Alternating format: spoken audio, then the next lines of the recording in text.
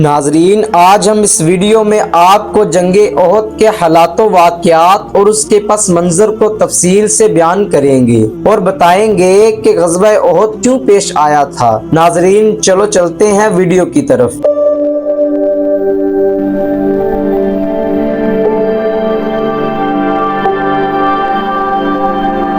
ناظرین، سن 3 ہجری میں غزوہ احد پیش آیا۔ احد پہاڑ مدینہ منورہ سے 2 میل کی دوری پر ہے۔ رسول اکرم صلی اللہ علیہ وسلم نے فرمایا، اے لوگو، جب بھی احد پہاڑ کے قریب سے گزرا کرو تو تبرک کے طور پر احد کے درختوں کا پھل کھا لیا کرو۔ ناظرین، غزوہ احد کیوں پیش آیا؟ اس کا جواب یہ ہے کہ غزوہ بدر میں کافروں کو بدترین شکست ہوئی، جس کی وجہ سے ان کے کئی کافر قتل کر دیے گئے تھے، اور ان قتل کا بدلہ لینے کے لیے کافروں نے رسول اکرم صلی اللہ علیہ وسلم کے خلاف غزوہ احد کا اعلان کیا۔ حضرت ابن عمر رضی اللہ تعالی عنہ فرماتے ہیں کہ حضرت عمر رضی اللہ تعالی عنہ نے غزوہ احد کے دن اپنے بھائی سے کہا، اے میرے بھائی، تم میری ذرہ لے لو۔ ان کے بھائی نے کہا، میں نہیں لینا چاہتا ہوں، جیسے آپ شہید ہونا چاہتے ہیں ایسے ہی میں بھی شہید ہونا چاہتا ہوں۔ چنانچہ دونوں نے وہ ذرہ چھوڑ دی۔ حضرت علی رضی اللہ تعالی عنہ فرماتے ہیں کہ جب جنگ احد کے دن لوگ رسول صلی اللہ علیہ وسلم کے پاس سے چلے گئے اور ان کو شکست ہو گئی تو میں نے رسول اکرم صلی اللہ علیہ وسلم کو مقتولین میں دیکھا، لیکن آپ صلی اللہ علیہ وسلم مجھے ان میں نظر نہ آئے، تو میں نے اپنے دل میں کہا کہ رسول اکرم صلی اللہ علیہ وسلم بھاگنے والے تو ہیں ہی نہیں، آپ صلی اللہ علیہ وسلم نے مجھے مقتولین میں بھی نظر نہیں آ رہے تھے، اس لیے میرا خیال یہ ہے کہ اللہ تعالیٰ نے ہمارے فعل سے ناراض ہو کر اپنے نبی کو اٹھا لیا ہے، اس لیے اب میرے لیے سب سے بہتر صورت یہ ہے کہ میں دشمن سے لڑنے لگ جاؤں، یہاں تک کہ جان دے دوں۔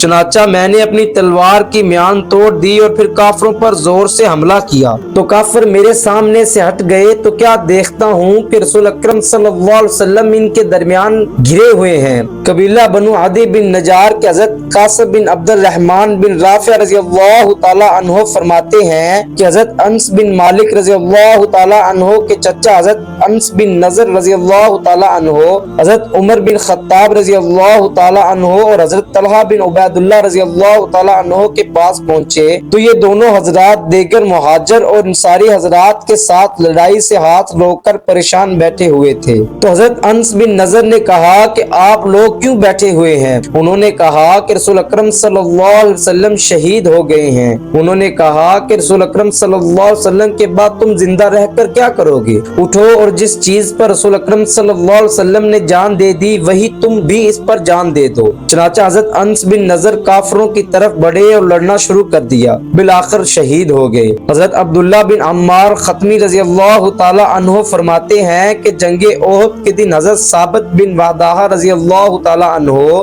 سامنے سے آئے اور مسلمان الگ الگ ٹولیوں میں حیران و پریشان بیٹھے ہوئے تھے، تو یہ بلند آواز سے کہنے لگے، اے جماعت انصار، میرے پاس آؤ، میرے پاس آؤ، میں ثابت بن وحدہ ہوں۔ اگر محمد صلی اللہ علیہ وسلم شہید ہو گئے ہیں تو کیا بات ہے؟ اللہ تعالیٰ تو زندہ ہے، انہیں موت نہیں آتی، لہذا تم اپنے دین کو بچانے کے لیے لڑو، اللہ تعالیٰ تمہیں غالب فرمائے گا اور تمہاری مدد کرے گا۔ کچھ انصار کھڑے ہو کر ان کے پاس آ گئے، جو مسلمان ان کے ساتھ ہو گئے تھے، ان کو لے کر انہوں نے کافروں پر حملہ کر دیا۔ ہتھیاروں سے لیس اور مضبوط دستہ ان کے سامنے کھڑا ہو گیا۔ اس دستہ میں کافروں کے سردار خالد بن ولید، عمر بن عاص، اکرمہ بن ابو جہل اور زرار بن خطاب تھے۔ چنانچہ آپ میں خوب زور کی جنگ ہوئی۔ خالد بن ولید نے نیزہ لے کر حضرت ثابت بن وحدہ پر حملہ کیا اور ان کو اس زور سے نیزہ مارا کہ آر پار ہو گیا۔ چنانچہ وہ شہید ہو کر گر پڑے اور ان کے ساتھ جتنے انصار تھے وہ بھی سب شہید ہو گئے، اور کہا جاتا ہے کہ اس دن یہی لوگ سب سے آخر میں شہید ہوئے تھے۔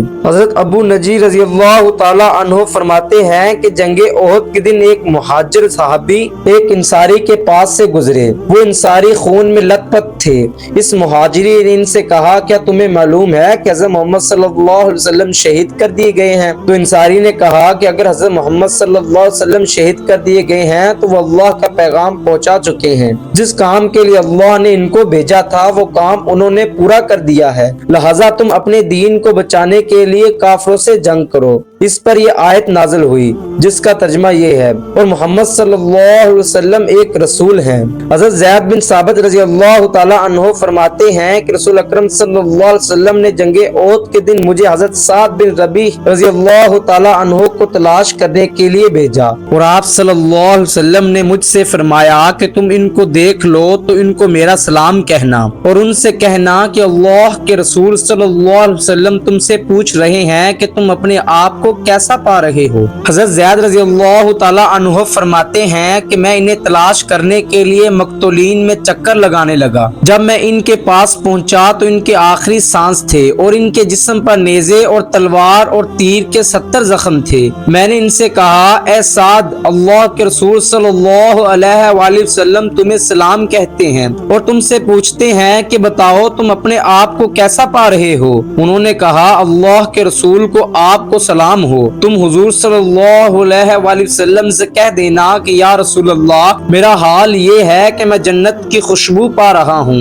اور میری قوم انصاف سے کہہ دینا کہ تم میں ایک بھی جھپکنے والی آنکھ موجود ہو، یعنی تم میں سے ایک آدمی بھی زندہ ہو، اور کافر اللہ کے رسول تک پہنچ جائیں تو اللہ کے ہاں تمہارا کوئی عذر قبول نہیں ہوگا۔ اتنا کہنے کے بعد ان کی روح پرواز کر گئی، اللہ پاک ان پر رحم فرمائے۔ حضرت عبد الرحمن بن ابی صعصع فرماتے ہیں کہ حضور صلی اللہ علیہ وسلم نے فرمایا کہ کون مجھے دیکھ کر بتائے گا کہ حضرت سعد بن ربیع رضی اللہ تعالی عنہ کا کیا ہوا؟ اور پھر یہ مضمون ہے کہ حضرت سعد نے کہا کہ اللہ کے رسول صلی اللہ علیہ وسلم کو بتا دو کہ میں جنگ میں شہید ہو جانے والوں میں پڑا ہوں، اور حضور کو میرا سلام کہنا اور ان سے عرض کرنا کے ساتھ کہہ رہا تھا کہ اللہ تعالیٰ آپ کو ہماری اور ساری امت کی طرف سے بہترین جزا عطا فرمائے۔ حضرت جابر رضی اللہ تعالی عنہ فرماتے ہیں کہ جنگ احد کے دن جب مسلمانوں کو شکست ہو گئی تو وہ حضور صلی اللہ علیہ وسلم کو چھوڑ کر چلے گئے، اور آپ صلی اللہ علیہ وسلم کے ساتھ 11 انصاری اور حضرت طلحہ بن عبید اللہ رضی اللہ تعالی عنہ رہ گئے۔ حضور صلی اللہ علیہ وسلم پہاڑ پر چڑھنے لگے کہ پیچھے سے مشرکین ان تک پہنچ گئے۔ حضور صلی اللہ علیہ وسلم نے فرمایا، ان کے روکنے کے لیے کوئی نہیں ہے؟ حضرت طلحہ رضی اللہ تعالی عنہ نے کہا، یا رسول اللہ، میں ہوں۔ حضور صلی اللہ علیہ وسلم نے فرمایا، اے طلحہ، تم جیسے ہو ویسے ہی رہو۔ ایک انصاری نے کہا، یا رسول اللہ، میں ہوں۔ چنانچہ انہوں نے ان کافروں سے جنگ شروع کر دی۔ حضور صلی اللہ علیہ وسلم باقی صحابہ کرام کو لے کر پہاڑ کے اوپر چڑھ گئے، پھر وہ انصاری شہید ہو گئے اور کافر حضور تک پہنچ گئے۔ آپ نے فرمایا، کیا ان کو روکنے کے لیے کوئی مرد نہیں ہے؟ حضرت طلحہ رضی اللہ تعالی عنہ نے اپنی پہلی بات دہرائی۔ حضور صلی اللہ علیہ وسلم ان کو وہی جواب دیا تو ایک انصاری نے کہا، یا رسول اللہ، میں ہوں، اور انہوں نے ان کافروں سے جنگ شروع کر دی۔ حضور صلی اللہ علیہ وسلم اور باقی صحابہ پہاڑ پر اور اوپر چڑھنے لگے، اتنے میں وہ انصاری صحابی شہید ہو گئے اور کافر پھر حضور تک پہنچ گئے۔ حضور صلی اللہ علیہ وسلم ہر مرتبہ اپنا وہی فرمان ارشاد فرماتے۔ حضرت طلحہ رضی اللہ تعالی عنہ ہر مرتبہ عرض کرتے، یا رسول اللہ، میں ہوں۔ حضور انہیں روک دیتے، پھر کوئی انصاری ان کافروں سے لڑنے کی اجازت مانگتا، حضور اسے اجازت دے دیتے اور وہ اپنے سے پہلے والے کی طرح خوب زور سے لڑتا اور شہید ہو جاتا، یہاں تک کہ حضور صلی اللہ علیہ وسلم کے ساتھ صرف حضرت طلحہ باقی رہ گئے تو مشرکین نے ان دونوں کو گھیر لیا۔ حضور صلی اللہ علیہ وسلم نے فرمایا، ان سے مقابلے کے لیے کون تیار ہے؟ حضرت طلحہ رضی اللہ تعالی عنہ نے کہا، میں۔ حضور نے اس مرتبہ ان کو اجازت دے دی۔ چنانچہ ان سے پہلے والوں نے سب نے جتنی جنگ کی، انہوں نے اکیلے ان سب کے برابر جنگ کی۔ لڑتے لڑتے ان کے ہاتھوں کے پورے بہت زخمی ہو گئے تو انہوں نے کہا، حس، جیسے اردو میں ایسے موقع پر ہائے کہا جاتا ہے۔ حضور صلی اللہ علیہ وسلم نے فرمایا، اگر تم بسم اللہ کہتے تو فرشتے تمہیں اوپر اٹھا لیتے اور تمہیں لے کر آسمان میں داخل ہو جاتے اور لوگ تمہیں دیکھ رہے ہوتے۔ پھر حضور صلی اللہ علیہ وسلم پہاڑی پر چڑھ کر اپنے صحابہ کے پاس پہنچ گئے جو وہاں جمع تھے۔ حضرت محمود بن لبید فرماتے ہیں کہ جب حضور صلی اللہ علیہ وسلم احد تشریف لے گئے تو حضرت حذیفہ کے والد حضرت یمان بن جابر اور حضرت ثابت بن وقش رضی اللہ تعالی عنہ عورتوں اور بچوں کے ساتھ قلعہ پر چڑھ گئے۔ یہ دونوں حضرات بوڑھے تھے، ان میں سے ایک نے دوسرے سے کہا تیرا باپ نہ رہے ہم کس چیز کا انتظار کر رہے ہیں؟ اللہ کی قسم ہم میں سے ہر ایک کی اتنی عمر باقی رہ گئی ہے جتنی ایک گدھے کی پیاس، کیونکہ تمام جانوروں میں گدھا سب سے کم پیاس برداشت کر سکتا ہے، یعنی بہت تھوڑی عمر باقی رہ گئی ہے، ہم آج یا کل مر جائیں گے، کیوں نہ ہم اپنی تلوار لے کر حضور کے ساتھ لڑائی میں شریک ہو جائیں۔ چنانچہ یہ دونوں حضرات مسلمانوں کے لشکر میں شامل ہو گئے اور مسلمان ان کو پہچانتے نہیں تھے۔